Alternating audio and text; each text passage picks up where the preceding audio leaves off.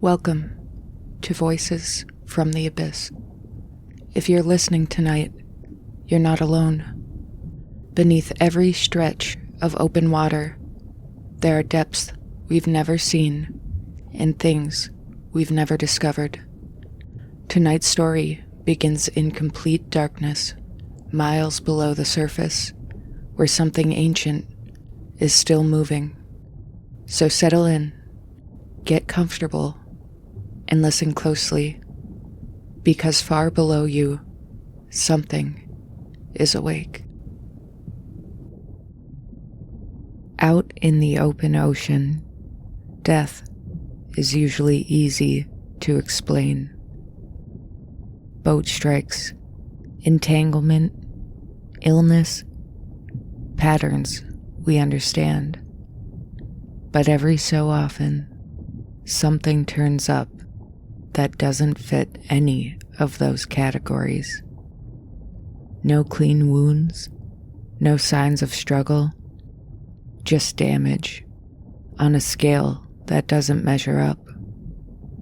This account comes from a marine biologist working off the Canary Islands after 2 whales were found, killed by something that should not exist.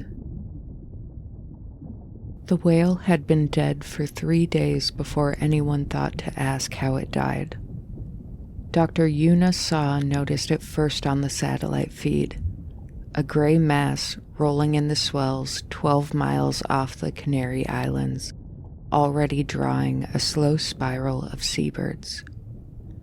A fin whale, she estimated from the aerial image, 18 meters, maybe 20. She'd logged 17 strandings in 6 years and had learned to read them at a distance. Boat strike victims had clean linear wounds along the dorsal surface. Entanglement deaths showed themselves in the flippers and flukes. Illness looked different again. Bloating, discoloration, the particular way a sick animal listed before it finally stopped. This one, she couldn't read. She requisitioned a rigid inflatable from the Institute and took only Marco, her research assistant, partly because the boat was small, and partly because she didn't yet know what she was looking at. The smell reached them half a mile out. Marco said nothing, but breathed through his mouth the rest of the way. Up close, the whale was worse. Not decomposition. 3 days was too soon for serious decomposition in these waters. What she was seeing was damage. The animal's left flank from pectoral fin to tailstock had been compressed and then torn open. The blubber layer peeled back in a series of parallel strips, each wider than her arm span.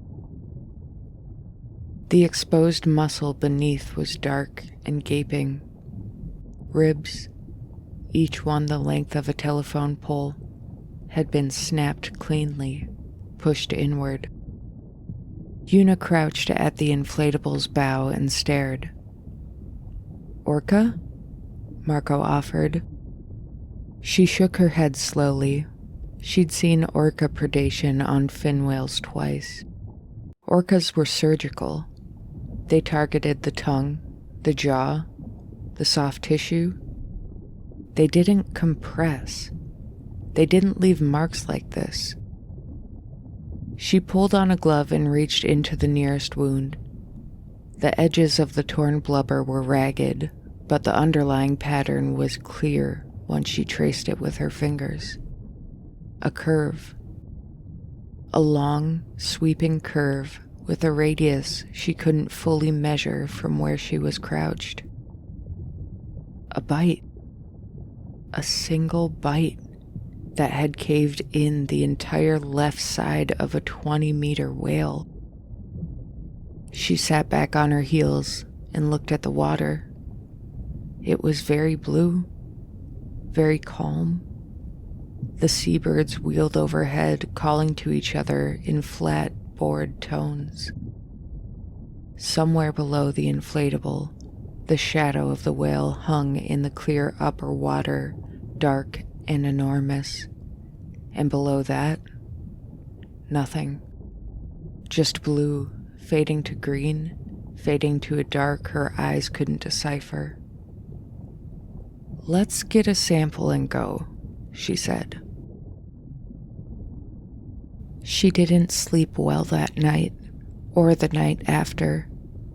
She ran the bite radius through 3 separate morphometric models and got results that she saved to an encrypted folder.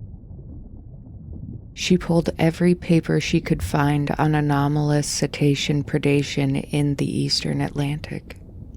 She read about Megalodon, which she had studied peripherally in graduate school, and dismissed. A thoughtless dismissal for something that hasn't appeared in a peer-reviewed journal in 66 million years. She stopped dismissing it on the 4th day when the second whale turned up. This was a sperm whale, 24 meters, a large male, and it had been hit from below.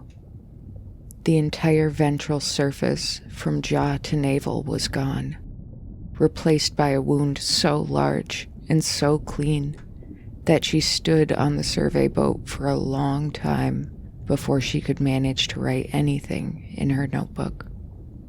The bite had nearly bisected the animal, a single strike from depth traveling upward. An ambush. She looked at the ocean, and the ocean looked back, flat and bright, and revealing nothing. Somewhere out there, in water deep enough to hide, something was hunting. Not randomly. The 2 whales were 9 miles apart, but both on the same thermal boundary, the same invisible line where cold, upwelling water met with the warm surface layer. The same place whales fed. The same place, she realized with a cold and clarifying slowness, that she had been deploying her hydrophone array for the past 3 weeks. She checked the hydrophone logs that evening. For the most part, normal. Whale song, shipping noise, the low geological murmur of the seafloor. But on the night surrounding each stranding, there was something different. A pattern of low arrhythmic pulses she'd initially attributed to instrument interference. She cleaned the audio file and played it through her best speakers. It was not instrument interference. The sound was vast and slow and deliberate. It moved through the recording like a shadow through shallow water. It had the quality of something searching, sweeping, testing the water column the way she herself used sonar, building a picture of what was above. She found herself thinking about the thermal boundary and how reliable she'd worked along it, about how clearly her own vessel would have appeared in that sonar picture. A small, warm, slow-moving shape 3 weeks in the same water, predictable as a clock. She closed the audio file. She put in for a port rotation the next morning. Administrative reasons, she told the institute director. She needed archive access. He approved it without question. She was packed and ready to leave by afternoon, her equipment cases stacked by the gangway, Marco already running the pre-departure checklist on the survey boat. One last task. She needed to pull the hydrophone array from the water before they left. Expensive equipment. She wasn't leaving it behind. She shouldn't have gone back out alone. She knew that. After. She'd known it then, if she was being honest. But it was daylight, flat calm, 20 minutes of work? She told herself that, and motored the inflatable out to the array buoy and cut the engine, and began hauling the cable up by hand. She was on the third section when the fin broke the surface. It emerged 200 meters off the port side, and her first thought was that a boat had capsized. A hull upturned, drifting. That was the shape of it. A dark gray triangle rising from the water, shedding white rivulets down its leading edge. She stared at it and waited for the shape to resolve into something familiar. It didn't. The fin continued to rise. It cleared 1 meter above the surface, then 2, then 3, taller than she was, taller than the inflatable was long, still rising, water cascading off of it in sheets. At 4 meters, she felt the first real lurch of wrongness, the point where her scientific mind stopped offering explanations and went very quiet. At 6 meters, she dropped the cable. The fin stopped at what she later estimated was 7 meters above the waterline, a full 2 meters taller than the survey vessel's wheelhouse. It stood there, cutting a slow arc through the flat water, unhurried, and the wake it pushed ahead of it reached the inflatable as a low rolling swell that rocked her bow up and then down. She grabbed the safety line. She did not look away.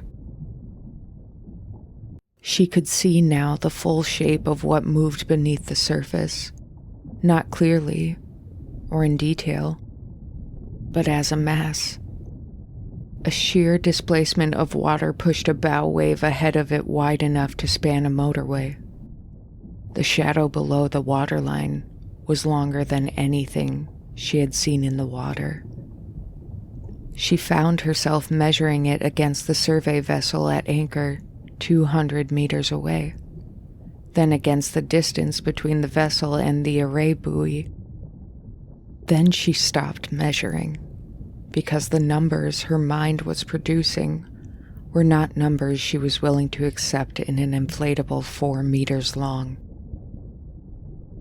The fin began to submerge. She thought, for one giddy and desperate moment, that it was leaving. It wasn't leaving. The water in front of her bow simply opened. The head broke the surface slowly, the way a continent might rise from the sea. There was no splash or mass disturbance, just an awe-inspiring displacement of water that sent low rolling waves in every direction, rocking the inflatable so hard she grabbed the safety line with both hands. The rostrum alone, the broad blunt snout, was longer than her boat. The skin was a deep graphite gray, rougher than she'd expected. Each dermal denticle the size of her thumbnail. The whole surface sheened with water that poured off in curtains. Then the eye cleared the surface. It was the size of a truck tire, a dark void. And it moved. It found her. In 66 million years, nothing about that eye had changed. The same geometry, the same cold, uncomplicated architecture of a creature that had never needed to develop fear because nothing had ever given it cause. It looked at her without malice, without hunger, with something closer to recognition. The jaw was below the waterline still, but she could see the shape of it through the clear upper water.